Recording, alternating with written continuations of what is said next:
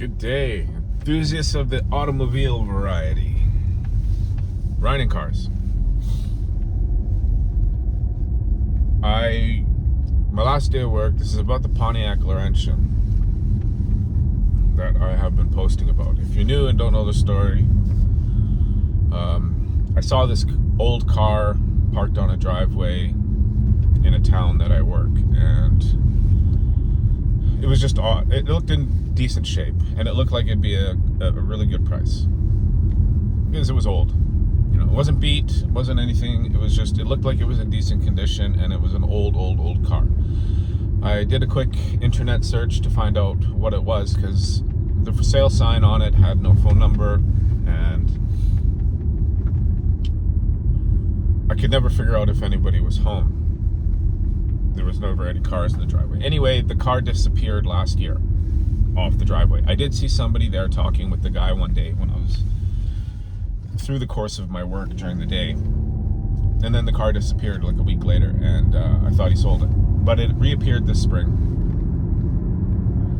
Same place, same car,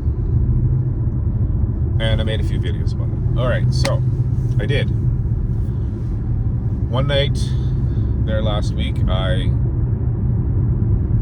was driving by, saw a bunch of cars in the driveway, said, hey, now's the time.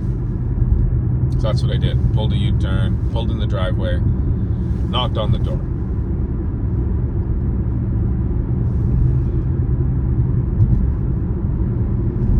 And I met with the guy who owned the car. He's 80 years old.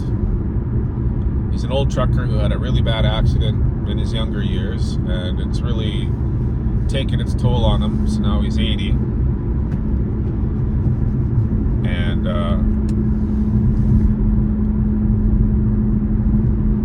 I'll get into the story.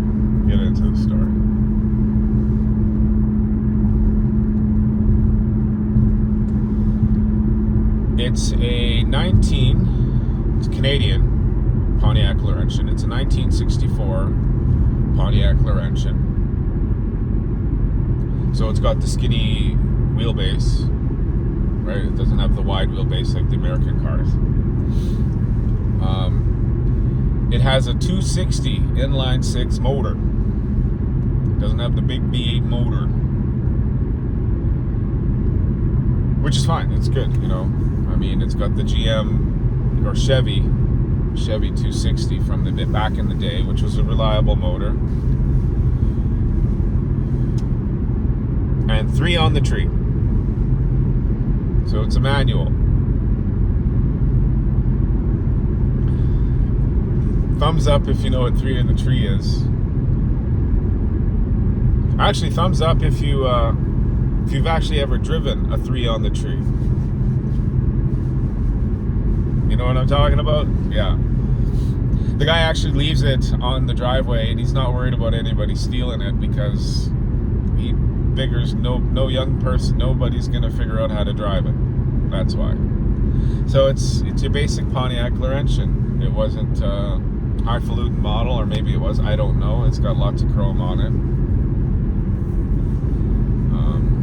The paint is super faded, and the car is actually in trouble because of the paint job. However, that being said, because it does need a paint job. If you're going to be driving it in Canada, if you're going to be driving that car, it needs a paint job badly. It's actually, some of the paint, like, it's super faded. In some places it's down to the primer.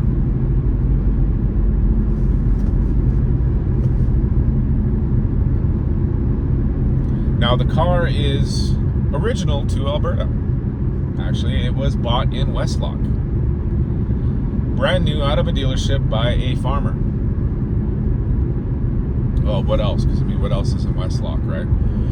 So he, this old guy, this old farmer, and he was old at the time, he bought this car to be his, his economical kind of retirement car, so that he didn't have to buy or worry about a car, right? He bought this And this is what this Pontiac Laurentien is, right? It's got the 260 motor. It's a standard or manual transmission. It is a 4-door family car. And I'm looking at this thing and I'm going, this would have been back in the day, the economical car. The not the flashy car, not the big hot rod, not the retirement, what do you call it, midlife crisis car, anything like that. It was purely purchased because it looks good. It's a really neat looking car. And for all intents and purposes, it was just meant to be a practical get to A to B reliably car. Of all the cars you could have bought in 1964, as your retirement dream car, this would not have been one. Right? This would have been the equivalent of the 1980s K car. This would have been the equivalent of, I don't know, what is the economical car? Kia Forte? I don't know. But, so it was bought by some farmer. He was old already, and I think he was into retirement, and this car was going to see him through till through his retirement. But I guess he died, and somebody else picked up the car. Some sort of family member or friend of the family or something like that ended up with the car, and it ended up in Edmonton, actually. Now, this is where this gentleman that I'm talking with found the car. The guy had the car parked on the lawn, and he bought it from him way back in,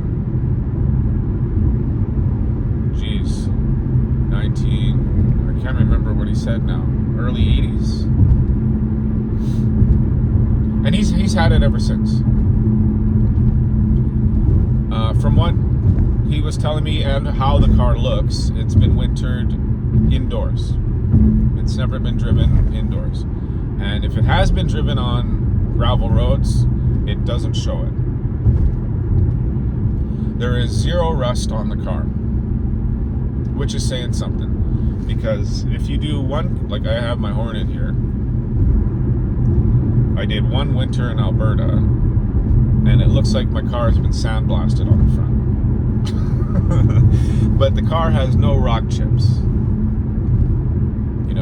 The chrome bumpers, there's no rust on them. All the little, I've driven older vehicles my entire life, old trucks, old cars, my parents, 1970s, things like that, and they all have certain telltale points in the car where there's rust spots, where even if you wash the car and you drive it in a winter in Alberta, you will get rust spots, and that car has none of them. So no body damage to speak of, nothing significant. A couple, I think there's a scrape on the passenger front corner, just on the paint. But all the body panel lines, straight and true, perfect. I mean, the hood's lifting a little bit, but a little bit of wrenching, like from. It's an old car. It's from 1964. That's, Jesus Christ, what is that? 40, 50, 60 years old? 59? So when the guy bought it, it still had the original tires on it, and a bias ply spare tire in it. So he didn't know. The thing is that so he put the tires that are on it now on. So when he first bought the car, it still got the same tires. I'll get into the mileage in a second. And he had to order them special because they didn't, those. We had an old Ford LTD, and we had to do the same thing. You had to special order the tires, right? You couldn't just walk into a tire place and have the tires on hand. So he had to get the tires specially done, or specially ordered.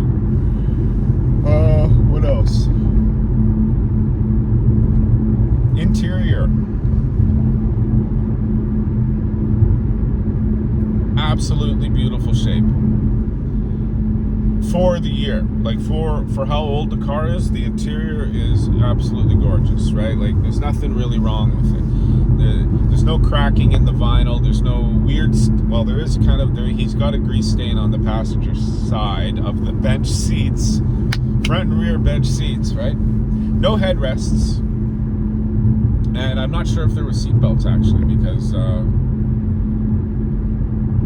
somebody mentioned in the comments, like it was around that year, around 1964, 63, 65, somewhere in there, where seat belts weren't mandatory yet, and they were in Canada, and there was this weird thing that was happening where some car makers and some car models actually, they were putting seat belts in even though it wasn't mandatory, and some car models they actually left them out until it was mandatory. So maybe mention in the comments if you know that off the top of your head, what year that happened here in Canada, and if this car would probably have seat belts in it, right? No cracking in the dash, which really tells the tale for how this car is actually, it has been cared for. It has been garaged a lot. You know, I don't know if the second owner really drove it or not. You know, maybe it had the sentimental value of, you know, your dead uncle or dad or whatever, and you took it out once in a while, just for fun, sort of thing to remember. The mileage.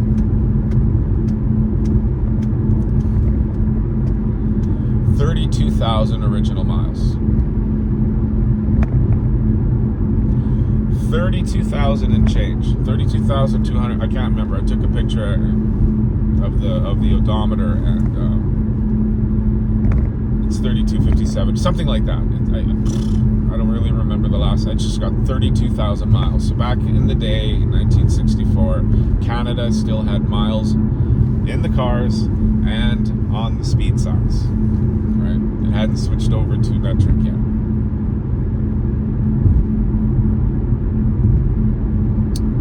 You know, come to think of it, the car probably needs leaded gasoline. Leaded gasoline. Even when I was a teenager in my cars, there was regular and there was unleaded. I remember that. I remember going to the gas station seeing unleaded gasoline and regular.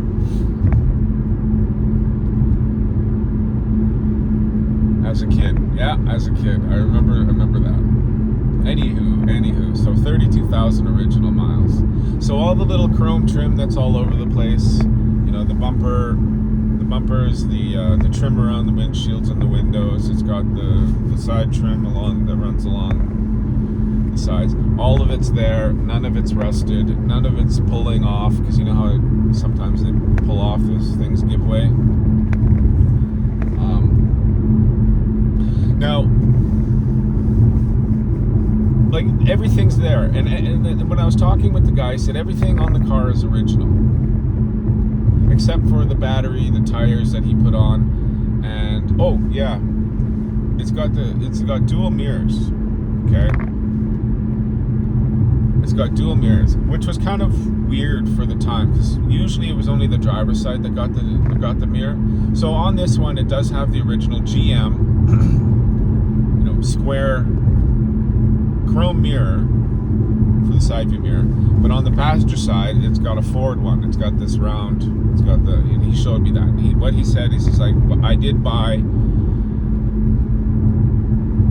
a correct set of mirrors for it, right? And he goes, so when you buy the car, it'll come with the extra mirror to replace on the passenger side, to take it back to original GM spec, right?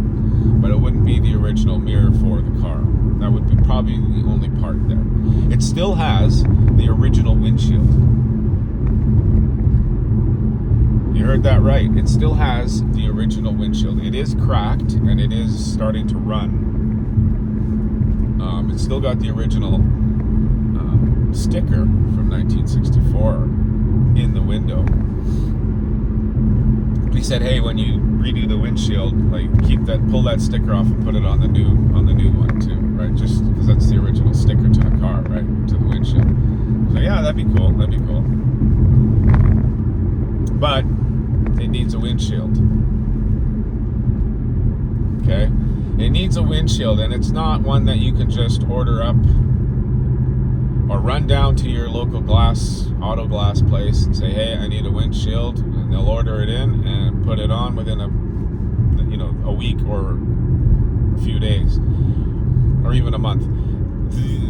It's got the rounded, it's a 1960s windshield, so the windshield and the rear window, they all had those rounded edges, those rounded. It had a bend in the glass on each side of the glass, right? So it's they don't make them anymore, so it has to be custom made. And I'm sure he found a place in the States that does windows for these antique cars. He didn't tell me a price on what they were going to charge him. I just said, hey, that's easy, $2-3 grand for a windshield. Not installed, not delivered, just the price. I'm just guessing that because we had an old Jag. It was a 98 XK8, and it had a super fancy windshield in it.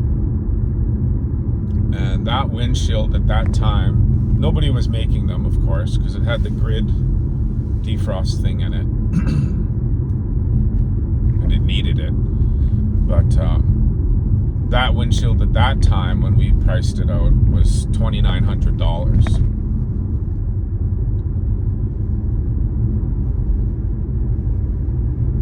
So, and that had to be ordered out from the States as well.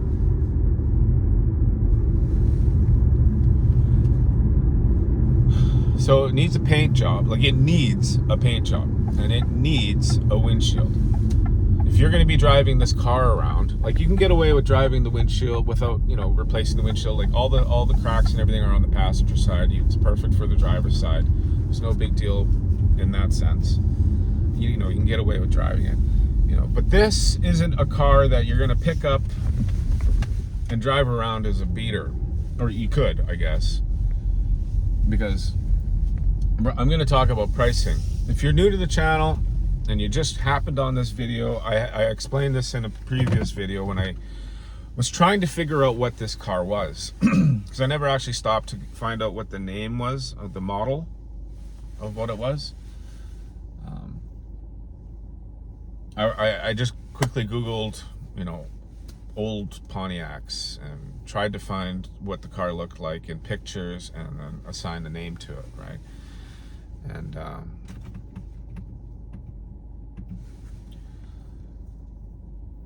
Laurentien didn't come up, but when I did find out, I did finally end up going there and finding out that it was a Laurentien written on the side there, and in one of the videos, and then I quickly, I Googled what these cars go for, right?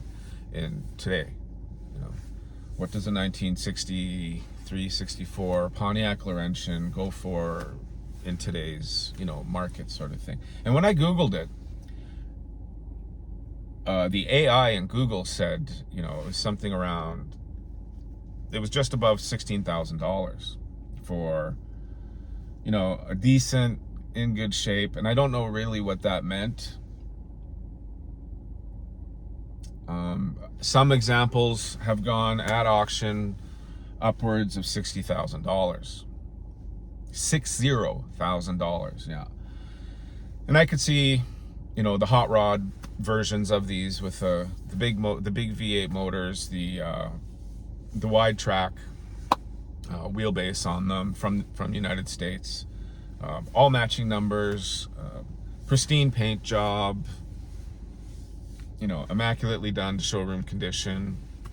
So it can run a concourse and a car show. I could totally see a car like that going for that kind of money, And so here we are, I've got, it's 2025. It's a 64 Pontiac Laurentien with the small motor, manual transmission. It's and so there's no power steering, there's no power brakes, anything like that. The motor in that engine bay was so tiny. I took a picture and I laughed, and I actually sent it to my buddy, for him. I'm like, hey dude, I looked at this car, check this engine bay out, right? And it's got this tiny straight six and this, you could hide 4 people under the hood of that car. and do a border crossing. I am not joking. 4 small people you could fit in the engine bay with the engine and smuggle them across a border.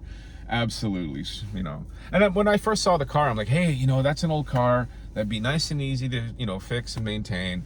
It would need a paint job maybe, but it would be a fun car to have around, right? If it's still running, it'd be fairly simple to fix, right? Those old cars, all you needed was a hammer, crescent wrench, and a flathead screwdriver, and some methyl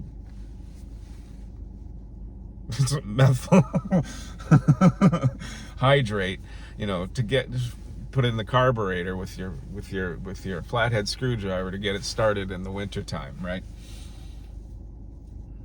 I just thought, hey, it would be perfect out here. These long highway drives that I have to do, and sitting in a nice 1960s boat car with the cushioned the boat light yacht driving experience down the highway that you get from those cars. I thought, hey, maybe that's a better way to go, and it'd give me something to tinker on, an extra hobby sort of thing that would someday maybe pay off, maybe not, who knows, it really doesn't matter. But when I saw the price of that on the Google AI, I was really surprised. And when the car showed up again this year, it started to make sense. I'm like, so the guy's probably asking too much money for that car. Because when I first looked at it, I'm like, oh yeah, easy. Like if that thing's $3,000, I'll do whatever. I'll make a deal with that guy right there on the spot, right? Like however that works out, I'll have that car for $3,000, no problem. And then I thought, it's probably 5. I was thinking, because it's an old car, they're harder to come by. That one looks like it's in decent shape. I could see people, really wanting something like that. So, he could hold the price up there. But what I found out was last year he had it out for $10,000. A lot of people came and looked at it and nobody came up with any money. So the same thing I asked him again, like he brought it out this year, and I told him the story I saw last year and blah, blah, blah. How many people, he's like, oh, lots of people come and ask, lots of people come and look at it. But this year I'm asking $8,000. And the first person that comes up with the cash takes the car, sort of thing, right? And it runs. He stores it. He pays some guy, another farmer down the road, sort of thing. He's into antique cars too, but he gives it to him for the winter. He stores it in a Quonset, and the guy goes out and he starts the engine every week, once a month, sort of thing, and make sure the battery's topped up and whatever, so that the car is running. It's not like the car has not been neglected. The car has been cared for. It hasn't been driven a lot, but it has been cared for. That's the thing, right? So it's kind of a juicy find just for that, right? It's all original parts. It's, it has been cared for. It has been maintained. Nothing major has ever gone wrong with it, and I just know coming up here into the future here in Canada, like used cars are going to be hard to come by. And I came from an island where all these old cars were pretty common when I first got there, and they slowly disappeared. They became very hard to find by the time I left the island, right? And that was the place to go find these cars, because the temperature, like the environment suited the cars. They didn't rust. It wasn't harsh. Everybody could drive these old cars around for forever, right? Whereas here in Alberta, they had already disappeared before I left to go to the island, right? That had already happened here. But I got to the island and it was a refresher. It was happening again, right? But then it slowly disappeared again there. Now I'm back here and this car shows up and I'm like, oh, geez, okay, let's go look at this and let's find out. And it's $8,000, okay? So let's put this together, right? He's already lowered it from 10. It's $8,000. So let's say you go buy it for $8,000. You got to put a paint job on it, right? Especially if you're going to be driving it. So, I don't know what a paint job costs today. I know that it's expensive. To put a paint job on that, removing the chrome, putting it back on, that sort of thing. You're in easily $8,000. Easily $8,000. But you're probably closer to $10,000, $15,000. Because it is, like, you don't have to do any real body work or anything, right? You probably have to sand it down and then primer it and then paint it and, well, take all the chrome off, put it all back on, and hopefully you don't destroy any of that. And hopefully all of the little things aren't, completely rusted out and broken or anything like that. You don't have to replace any of that stuff. God forbid anything goes wrong with the chrome. But yeah, I mean, I'm just gonna say 10 grand for a paint job. Let's just leave it at 8. Let's leave it at 8. Let's put it on the low side. and a windshield. And that windshield, I can easily see 3 grand. I would probably even get closer to 5. By the time all the taxes and shipping and installation, because you will have to take it to a glass shop and have them install it. You got to have the urethane, you got to have the tools to cut the old one out, put the new one in, right? Remove all the chrome and put it all back. You got to have all the tools for that. I worked in a glass shop, did windshields. I kind of know what I'm talking about there. And so he's got friends and he's taken it to car shows. He's got friends who have antique cars. And so he got his friends to bring their appraiser over to appraise the car before he decided to sell it and put it out for 10 grand last year. And after reading the Google AI thing, I thought, oh yeah, for sure, the car is going to be about 15 grand, something like that, right? It'll be a ridiculous high number it's not some barn find, right? The guy's going to want money for it. So it was appraised, and he's got paperwork for it. So when you buy the car, you get the paperwork of this appraiser for insurance purposes or for whatever reason, right? $16,000. That's what it was appraised for. On the money. And you could look at it going, well, you're buying a car for 8 grand, but it's worth 16. You've already made your money, and leave it at that. Just park it in the garage and do the same thing this guy did. Sell it to some guy who wants to restore it, who could sell it for $60,000 at some point, 50 or 40, whatever. And it's semi-feasible. Here's the thing. Here in Canada, having cash is almost impossible.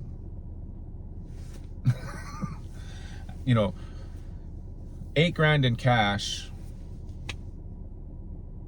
is a tall ask from a regular person, right? You'd have to have some sort of business. That's what we used to do. When we needed cash, we started a business. And or trade cars for work. That's what we used to do too, But you're into 16 and it's 20 grand. That car's 20 grand. With a paint job and a windshield, right?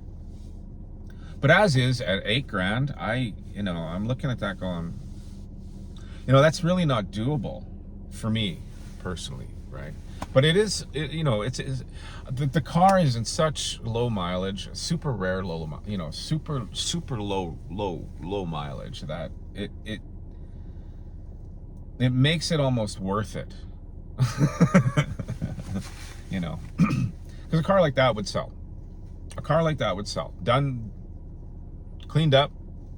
Like, the interior does need a 100% detail on it. Like, it is. The car is looked after, of course. It is fairly clean, but it is old, and it isn't being done by, it isn't for car shows. They drive it around because it's sentimental. It's an old car that they get to bomb around in and go for ice creams down at the lake on the weekends. That's kind of what they use it for. That's why it has no mileage on it. It doesn't drive it all over the place. The guy was a trucker. He was driving all the time. But when he got home, he would get in this car and they would go do something fun. And, that's kind of why I see that car. I actually think, I remember driving those cars in the wintertime back when I was a kid. And driving around in those old, 70s, late 60s cars. And people did it. And I thought, hey, what if I actually got rid of the Hornet and I took that Pontiac Laurentien and turned it into the daily driver and bomb around, the middle of nowhere of Alberta And when he opened the trunk, and I was looking at the size of this trunk and how much space is there. I was like, you know what? As a daily driver, and I've drove it in the winter, you could put a pallet of sandbags in the back for traction with shovels for like 2-3 people. Like, that is how big the trunk is on that thing. And I laugh at it, but I mean, that would be hilariously awesome to do. Put together this car, throw a million sandbags in the back with full-size shovels, and tell stories about that. Getting stuck, and then all I have to do is open the truck, throw out a few bags of sand, shovels and implements of destruction to get me out of the snowbank. Because those tanks are, those tanks were cars. Those cars were tanks back in the day. They were built for, whatever, I remember having those full-size, I don't know if anybody remembers those full-size jacks with the clicky-clack thing on it, and you put it on the bumper, and then you clicky-clack, and then you put the tire on, and then you clicky-clack back down, and throw that whole great big 100-pound jack in the trunk of the car with the spare tire, with your luggage, with the grocery shopping, with carpets and blankets, and jugs of oil and jugs of antifreeze and jugs of whatever. I remember having that I remember rugs being in the on the floor of the trunk. People would just cut pieces of old rug they had in the house and threw it in the bottom of the of the trunk. But that's the story of the Pontiac Laurentien. If you're interested, I'll tell you where the car is, and if you want to buy it, I'll give you the information. I don't know how to do that through YouTube, but we'll figure it out. I think it is a nice little car that I personally would like to have, but I'd like to have it for a lot less money, right? Canada, nobody's got cash. We're all in debt past our eyeballs, and the economy's in the toilet, and it has been for a few years now. Nobody's paying any money. Yeah, I'd have to do quite a few more jobs in order to get money together for that car, but as it is, maybe somebody will buy it this year. Maybe somebody is putting together the money over the winter to go and buy that car. Food prices or car. Oh, state of Canada. All right. Thanks for tuning in. I hope this, satisfied your curiosity about that Pontiac Laurentien. It is a nice car. It is a good find.